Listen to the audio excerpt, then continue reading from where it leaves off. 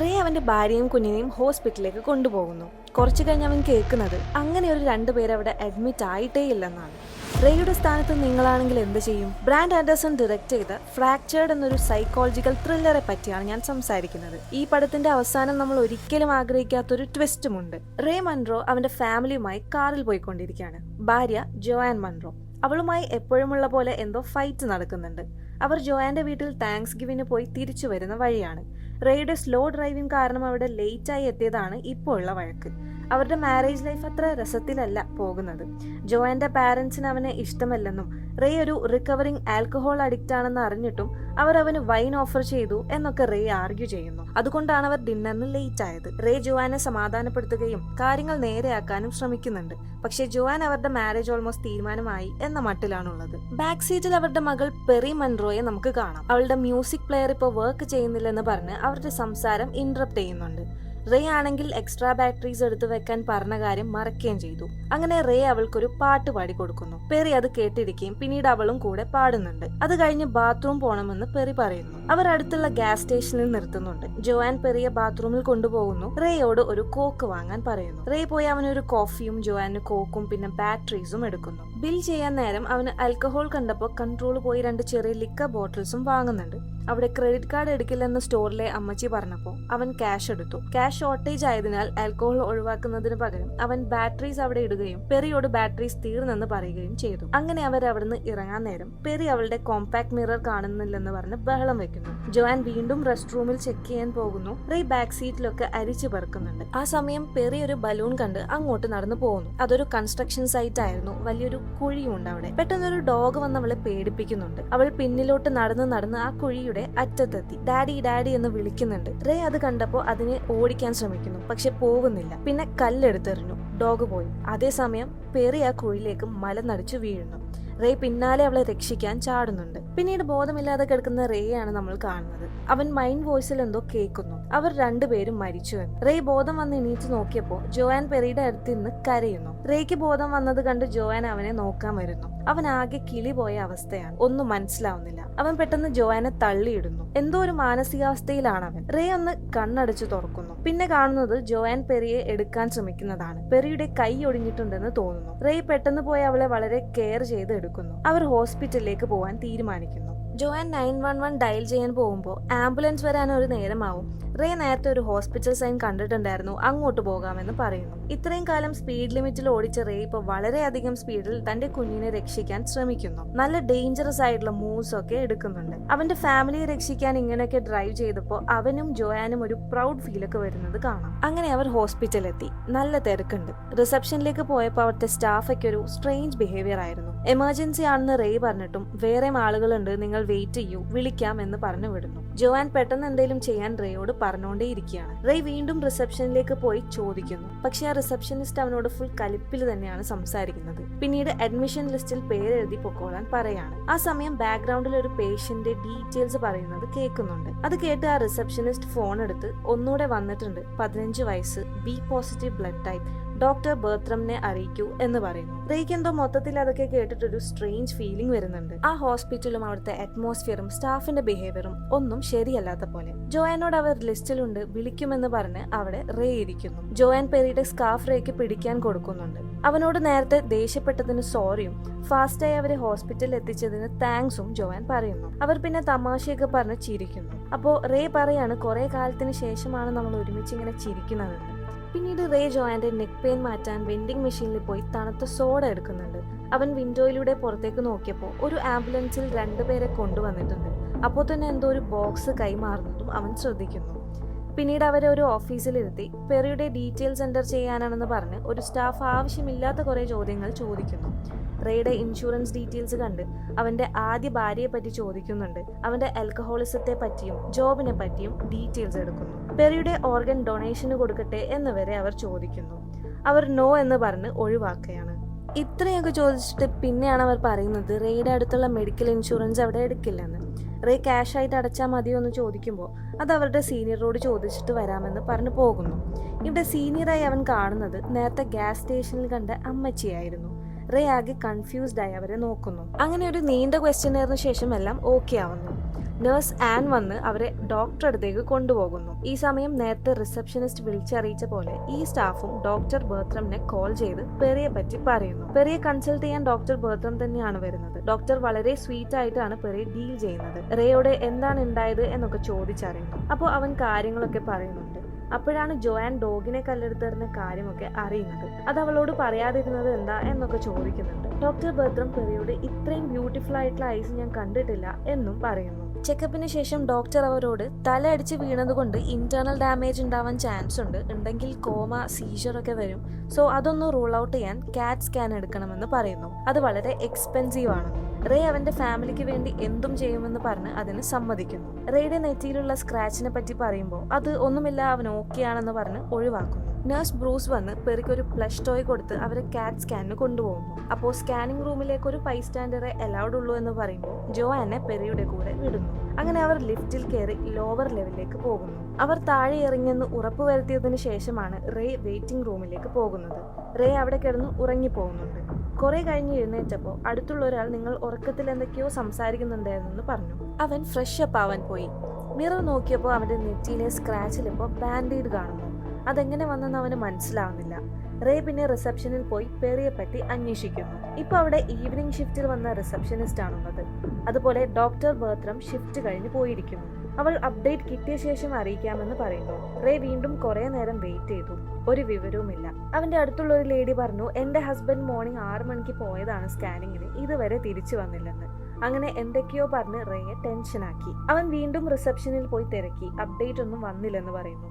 അപ്പോൾ റിസപ്ഷനിസ്റ്റ് സിസ്റ്റത്തിൽ ചെക്ക് ചെയ്യാമെന്ന് പറഞ്ഞ് പെറി മൺറോ എന്ന് നോക്കുമ്പോൾ കിട്ടുന്നില്ല. മേ ബി നെയിം മാറിപ്പോയതാവാം, അല്ലെങ്കിൽ ഇൻഷുറൻസ് നമ്പർ ആയിരിക്കും കൊടുത്തതെന്ന് പറഞ്ഞപ്പോൾ റേ പറഞ്ഞു, നിങ്ങൾ എൻ്റെ ഇൻഷുറൻസ് ആക്സെപ്റ്റ് ചെയ്തില്ലല്ലോ, ക്യാഷ് അടയ്ക്കാമെന്നാണ് പറഞ്ഞതെന്ന്. അതവർക്ക് വിശ്വസിക്കാൻ പറ്റിയില്ല, കാരണം ക്യാഷ് പേയ്മെന്റ് അവിടെ അലൗഡ് അല്ലായിരുന്നു. അങ്ങനെ സിസ്റ്റത്തിൽ പെറി എന്നൊരാൾ ഇവിടെ അഡ്മിറ്റഡ് ആയതായി കാണിക്കുന്നേയില്ല. റേയ്ക്ക് ആകെ ചൂട് കയറി. അവന്റെ നെറ്റിയിലെ മുറിവൊക്കെ ബ്ലീഡ് ചെയ്യുന്നുണ്ട്. അവന്റെ മകളുടെ അപ്ഡേറ്റ് ഇപ്പൊ കിട്ടണമെന്ന് പറഞ്ഞ് ഷൗട്ട് ചെയ്യുന്നു. അവളെ കൊണ്ട് സ്കാനിംഗ് റൂമിലേക്ക് വിളിപ്പിച്ചു. അതിനിടെ റേ പുറത്തേക്ക് നോക്കിയപ്പോൾ അവിടുത്തെ സ്റ്റാഫ് എന്തൊക്കെയോ വലിയ ബാഗ്സ് എടുത്ത് എറിയുന്നതായി കാണുന്നു. സ്കാനിംഗ് ലാസ്റ്റ് ചെയ്തത് രാവിലെ ഒരു പ്രായമായ സ്ത്രീക്കായിരുന്നു. അത് കഴിഞ്ഞ് ഒന്നും ചെയ്തിട്ടില്ലെന്നാണ് അപ്ഡേറ്റ് കിട്ടുന്നത്. റേയുടെ കൺട്രോൾ പോയി. നിങ്ങൾ എന്താണ് പറയുന്നത്? നിങ്ങൾ എന്റെ ഫാമിലിയെ എവിടെ കൊണ്ടിട്ടു എന്നൊക്കെ പറഞ്ഞ് റേ ഷൗട്ട് ചെയ്യുന്നു. അവരിവിടെ ഇല്ല, നിങ്ങൾക്ക് ഹോസ്പിറ്റൽ മാറിപ്പോയതാവും എന്നൊക്കെ റിസപ്ഷനിസ്റ്റ് തർപ്പിച്ച് പറയുന്നു. അവൾ പറയുന്നത് കേൾക്കാതെ റേ അകത്തേക്ക് ഓടിപ്പോകുന്നു. സെക്യൂരിറ്റി അവന്റെ പിന്നാലെ ഓടുന്നുണ്ട്. പെറി കിടന്നിരുന്ന ബെഡിൽ പോയി നോക്കിയപ്പോൾ അവിടെ ഇപ്പൊ വേറെ ആരോ ആണുള്ളത്. റേ അവിടെ മൊത്തം സീൻ ഉണ്ടാക്കി. സെക്യൂരിറ്റിയും ഡോക്ടർ ലുക്കാഡോയും റേയെ കൂളാക്കുന്നു. ഡോക്ടർ ലുക്കാഡോ റേക്ക് പറയാനുള്ളതെല്ലാം കേൾക്കുന്നു. അന്നത്തെ പേഷ്യന്റ് ലിസ്റ്റ് ഒക്കെ ചെക്ക് ചെയ്യുന്നുണ്ട്. പക്ഷെ പെറി മൺറോ എന്ന പേര് എവിടെയുമില്ല. റേക്ക് ദേഷ്യവും കൺഫ്യൂഷനും ഒന്നിച്ച് വന്ന് ആകെ ഫ്രസ്ട്രേറ്റഡ് ആവുന്നു. പിന്നെ അവൻ അവിടെ പെറിയെ നേരത്തെ നോക്കിയ നഴ്സ് ആനെ കാണുന്നു.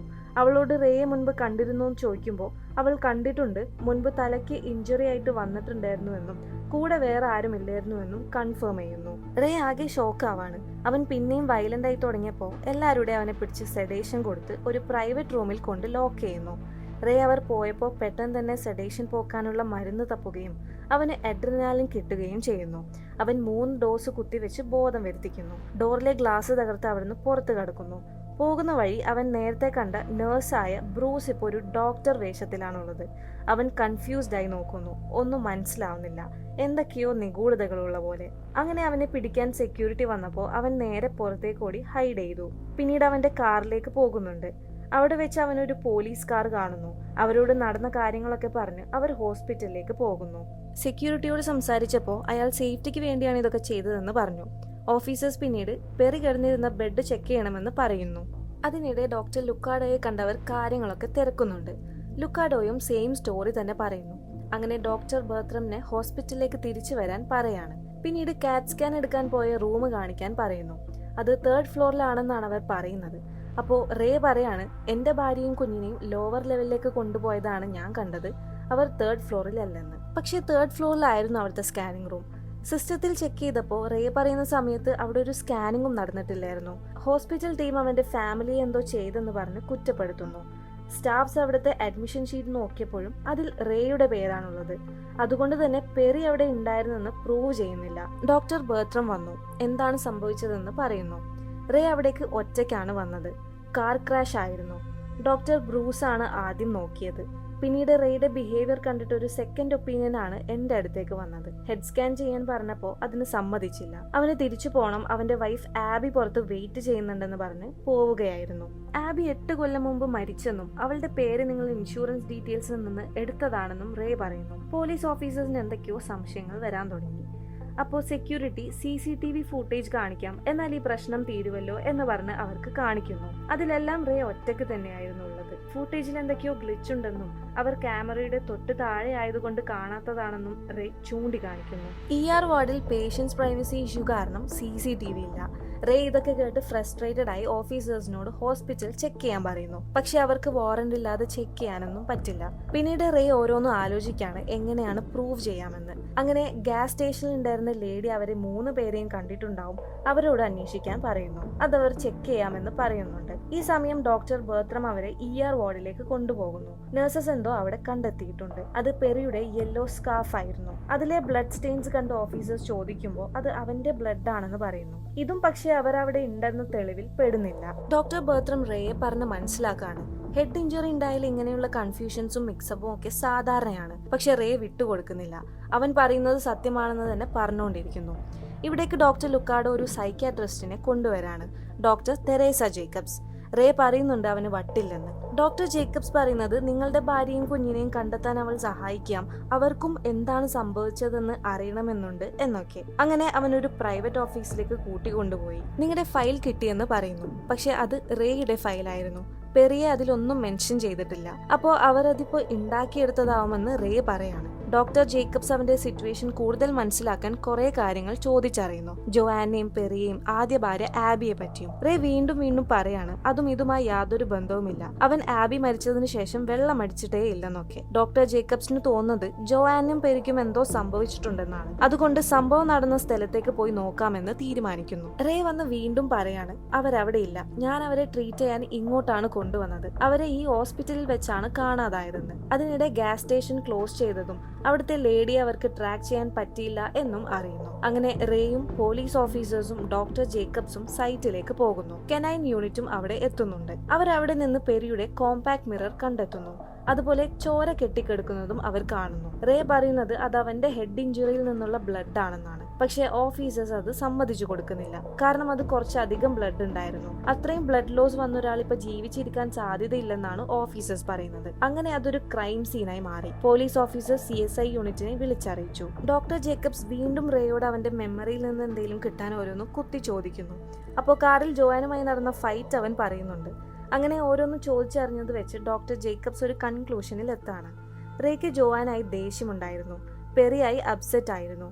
റേ പറഞ്ഞൊരു ഡോഗ് അവിടെ ഇല്ലായിരുന്നു. റേ ഫ്രസ്ട്രേറ്റഡ് ആയി ഒരു കല്ലെടുത്തെറിഞ്ഞപ്പോൾ അത് പെറിക്ക് തട്ടി അവൾ താഴേക്ക് വീഴുകയായിരുന്നെന്നും ജോയാൻ അത് കണ്ടുവന്നപ്പോൾ അവളെ അവൻ പെട്ടെന്ന് തള്ളി മാറ്റിയതിൽ അവളും വീണു, ഇതല്ലേ സംഭവിച്ചതെന്ന് റേയോട് ചോദിക്കുന്നു. അതുപോലെ ചില സമയം നമ്മുടെ മൈൻഡ് ഇതുപോലുള്ള ട്രോമകളിൽ നിന്ന് സ്വയം പ്രൊട്ടക്ട് ചെയ്യാൻ ഒരു ഓൾട്ടർനേറ്റ് റിയാലിറ്റി, അതായത് ഒരു ഫോൾസ് റിയാലിറ്റി ഉണ്ടാക്കിയെടുക്കുമെന്നും പറയുന്നു. റേക്ക് ഓൾറെഡി പണ്ടത്തെ ആക്സിഡന്റിൽ അവൻ കാരണം അവന്റെ ഫാമിലിയെ നഷ്ടപ്പെട്ടതാണ്. അതുപോലെ തന്നെ വീണ്ടും സംഭവിച്ചപ്പോൾ അത് അവന്റെ മൈൻഡിനെ പ്രോസസ് ചെയ്യാൻ പറ്റിയിട്ടുണ്ടാവില്ല എന്നാണ് ഡോക്ടർ ജേക്കബ്സ് പറയുന്നത്. ഇതെല്ലാം കേട്ട് റേ ആകെ കൺഫ്യൂസ്ഡ് ആയി. അവന്റെ മൈൻഡ് വേറെ എവിടെയോ പോയി. ഡോക്ടർ ജേക്കബ്സ് റേയോട് അവരെ എവിടെയാണ്, നീ അവരെ എവിടെ കൊണ്ടിട്ടു എന്നൊക്കെ ചോദിക്കുകയും പോലീസ് അവനെ കസ്റ്റഡിയിൽ എടുക്കുകയും ചെയ്തു. ആ സമയം പെട്ടെന്ന് അവരുടെ ഡോഗ് ഒരു സ്ഥലത്ത് നോക്കി ഭയങ്കരമായി കുരയ്ക്കുന്നു. അത് കേട്ടാണ് റേ തിരിച്ച് ഈ റിയാലിറ്റിയിലേക്ക് എത്തുന്നത്. അവൻ നോക്കിയപ്പോൾ പെറിയുടെ അടുത്ത് കണ്ട ഡോഗ് അവിടെ നിൽക്കുന്നു. അങ്ങനെ റേക്കെല്ലാം കൺഫേം ആവാണ് അവന്റെ സ്റ്റോറി സത്യമാണെന്ന്. പെട്ടെന്ന് അവൻ പോലീസിന്റെ ഗണ്ണെടുത്ത് ഡോക്ടർ ജേക്കബ്സിനെ ഗൺ പോയിന്റിൽ നിർത്തി ബാക്കിയുള്ളവരെ കൊണ്ട് അവൻ പറയുന്ന പോലെ ചെയ്യിപ്പിക്കുന്നു.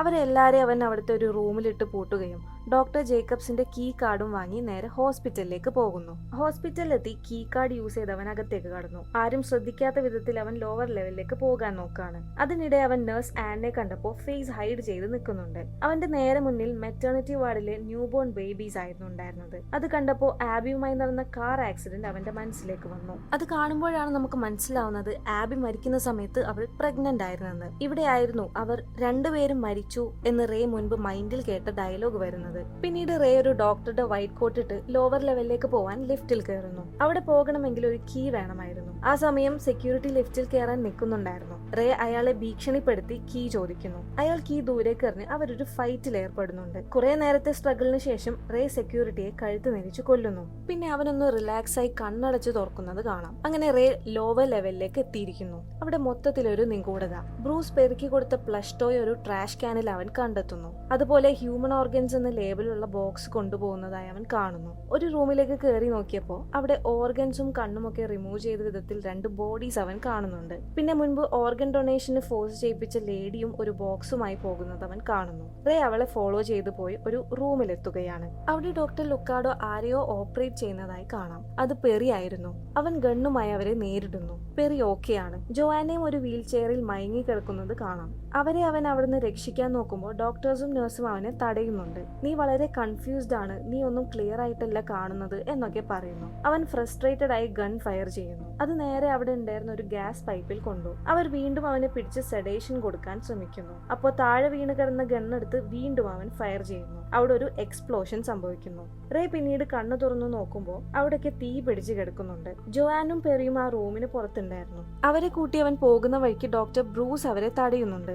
അവനെയും റേ കാലിൽ ഷൂട്ട് ചെയ്ത് സൈഡാക്കുന്നു. ഐ ഡിഡ് ഇറ്റ് എന്ന് റേ പറയുന്നുണ്ട്. അവന്റെ ഫാമിലി അവനെ രക്ഷിക്കാൻ പറ്റി എന്നാവും ഉദ്ദേശിച്ചത്. അങ്ങനെ അവരെ അവിടുന്ന് കാറിൽ കയറ്റി കൊണ്ടുപോവുകയാണ്. അവരോട് റേ ഓക്കെ ആണോ എന്ന് ചോദിച്ചപ്പോ ജോആൻ ഇപ്പോൾ ഓക്കെ ആണെന്നും പെറിക്ക് ഇപ്പോഴും കൈ വേദനിക്കുന്നുണ്ടെന്നും പറഞ്ഞു. അപ്പോ റേ അവൾക്ക് പാട്ട് പാടി കൊടുക്കുന്നു. ഇനിയാണ് ആ ട്വിസ്റ്റ് വരുന്നത്. ഇത്രയും നേരം നമ്മൾ കണ്ടത് റേയുടെ കണ്ണിലൂടെ ആയിരുന്നു. ഇനി നമ്മളെ കാണിക്കുന്നത് ബാക്കിയുള്ളവരുടെ പോയിന്റ് ഓഫ് വ്യൂവിലാണ്. കാറിലെ റിയർ വ്യൂ മിററിലൂടെ ബാക്ക് സീറ്റ് നമുക്ക് കാണാം. അവിടെ ജോആനും പെറിയുമില്ല. പകരം സർജറിക്ക് വന്ന ഏതോ പേഷ്യന്റ് ആണുള്ളത്. റേ കുറെ കാര്യങ്ങൾ ഹാലുസിനേറ്റ് ചെയ്തതായിരുന്നു. പെറിയാണെന്ന് വിചാരിച്ച് അവൻ എടുത്തോണ്ട് വന്നത് വേറെ ഏതോ പേഷ്യന്റിനെയാണ്. അതുകൊണ്ടൊക്കെ ആയിരുന്നു ഡോക്ടേഴ്സ് നീ കൺഫ്യൂസ്ഡ് ആണ്, ക്ലിയർ ആയിട്ടല്ല കാണുന്നത് എന്നെല്ലാം പറഞ്ഞത്. ഹ്യൂമൻ ഓർഗൻസ് കൊണ്ടുപോകുന്നതും ഓർഗൻസ് ഇല്ലാത്ത ബോഡീസ് കണ്ടതും എല്ലാം അവൻ ഹാലുസിനേറ്റ് ചെയ്തതാണ്. അങ്ങനെ ഡോക്ടർ ജേക്കബ്സ് പറഞ്ഞ പോലെ അവന്റെ കൈകൊണ്ട് പെറിയും ജോആനും മരിച്ചിട്ടുണ്ട്. റേ എടുത്തെറിഞ്ഞ കല്ലുകൊണ്ടാണ് പെറി താഴേക്ക് മലനടിച്ച് വീണ് മരിക്കുന്നത്. പിന്നെ ജോആൻ അത് കണ്ട് റേയുടെ അടുത്ത് വന്നപ്പോൾ അവൻ എന്തോ ഓർമ്മയിൽ അവളെ തള്ളി മാറ്റുന്നു. അവളുടെ തലയിലേക്ക് കമ്പി കുത്തി കയറി അവളും മരിക്കുന്നു. പിന്നെ റേ ഒന്ന് കണ്ണടച്ച് തുറന്നപ്പോൾ ഉണ്ടായതെല്ലാം ഫോൾസ് റിയാലിറ്റി ആയിരുന്നു. അതിലാണ് അവൻ അവരെ എടുത്ത് ഹോസ്പിറ്റലിലേക്ക് കൊണ്ടുപോയതായൊക്കെ അവന് തോന്നുന്നത്. ഇത്രയും നേരം അവരുടെ ഡെഡ് ബോഡീസ് കാറിന്റെ ട്രങ്കിൽ തന്നെ ഉണ്ടായിരുന്നു. ഫൈനലി കാറിൽ റേ പാട്ട് പാടി കഴിഞ്ഞ് അവന്റെ ക്ലോസപ്പ് കാണിക്കുമ്പോൾ അവന്റെ ആ ചിരി മായുകയും അവൻ ചെയ്തു കൂട്ടിയ കാര്യങ്ങളൊക്കെ അവന്റെ ബോധമനസ്സിലേക്ക് വന്ന പോലെ കാണിച്ച് കഥ അവിടെ അവസാനിപ്പിച്ചു. ഇവിടെ അവൻ ഹാലുസിനേഷൻ സ്റ്റേറ്റിലേക്ക് പോകുന്ന സൈനായി കാണിക്കുന്നത് ആ കണ്ണടച്ചു തുറക്കുന്നതാണ്. ആദ്യം പെറി വീണതിന് ശേഷമാണ് അവൻ ഇത് ചെയ്യുന്നത്. അപ്പോഴാണ് ജോആനും പെറിയും ഹോസ്പിറ്റലിൽ കൊണ്ടുപോകുന്നതൊക്കെ കാണുന്നത്. പിന്നീട് സെക്യൂരിറ്റിയെ ലിഫ്റ്റിലിട്ട് കൊന്നതിന് ശേഷം ചെയ്യുന്നുണ്ട്. അപ്പോഴാണ് അവൻ ലോവർ ലെവലിൽ ഇല്ലാത്ത കാര്യങ്ങളൊക്കെ കാണുന്നത്. അങ്ങനെ പടത്തിന്റെ പേര് പോലെ തന്നെ ഇവിടെ എല്ലാം ഫ്രാക്ചേർഡ് ആയിട്ടാണുള്ളത്. റേയുടെ മൈൻഡും അവന്റെ റിയാലിറ്റിയും നമുക്ക് കാണിച്ച റിയാലിറ്റിയും എല്ലാം തന്നെ റിയൽ ഇൻസിഡൻസും ഹാലുസിനേഷൻസും കലർന്നതായിരുന്നു. റേ പിന്നീട് അവരെ എന്ത് ചെയ്തിട്ടുണ്ടാവും? നിങ്ങൾക്ക് എന്താണ് തോന്നുന്നതെന്ന് കമന്റ് ചെയ്യൂ. അതുപോലെ നമ്മുടെ ചാനൽ ഒന്ന് സബ്സ്ക്രൈബ് ചെയ്യാൻ ശ്രമിക്കുക. ഇനിയും നല്ലൊരു വീഡിയോയുമായി നമുക്ക് കാണാം.